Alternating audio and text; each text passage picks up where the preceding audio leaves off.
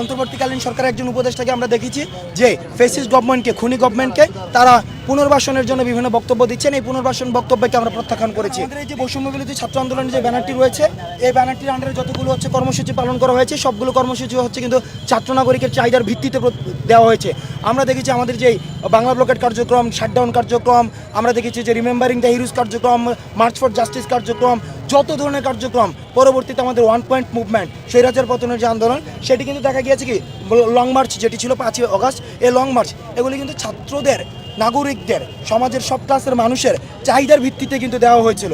অর্থাৎ সেই জায়গায় আমরা সমন্বয়ক যারা রয়েছি, আমরা সমন্বয়করা শুধুমাত্র সমন্বয় করেছি। আরেকটি জিনিস যদি আপনারা দেখেন, সেখানে আমাদেরকে যখন উঠিয়ে নিয়ে যায় তখন কিন্তু যাত্রাবাড়িতে, উত্তরাতে, বাংলাদেশের বিভিন্ন জায়গায় কিন্তু সমন্বয়ক ছাড়াও কিন্তু আন্দোলন হয়েছে। অর্থাৎ এই আন্দোলনের একটি গুরুত্বপূর্ণ বিষয় হচ্ছে সমন্বয়ক থাকছে কি থাকছে না সেটা মুখ্য না, মুখ্য হচ্ছে যদি নির্যাতন হয় সেখানে নির্যাতনের বিরুদ্ধে ছাত্র নাগরিক দাঁড়িয়ে যায়।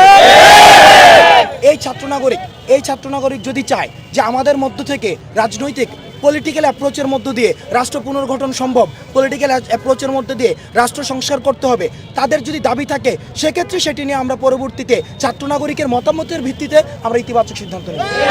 অপরাধ ট্রাইব্যুনালে খুনি হাসিনাকে প্রধান আসামি করে এবং এই ফ্যাসিজমকে যারা এতদিন পর্যন্ত এই ফ্যাসিজমের যারা বেনিফিশিয়ারি ছিল, তাদেরকে আসামি করে আন্তর্জাতিক অপরাধ ট্রাইব্যুনালে মামলা দায়ের করতে হবে। তৃতীয়ত, মিডিয়া কর্মীদের কাছে আমাদের আহ্বান থাকবে, যারা এই ফ্যাসিস্ট গভর্নমেন্টকে এতদিন পর্যন্ত সার্ভ করেছে, টিকিয়ে রেখেছে, বিভাজনের রাজনীতি বিদ্যমান করে যারা এই ফ্যাসিস্ট গভর্নমেন্টকে সেবা দিয়েছে, তাদের খবর যেন প্রচার করে মানুষকে বিভ্রান্ত করা না হয়, সেই জায়গাতে জনগণ আমরা মিডিয়া কর্মীদের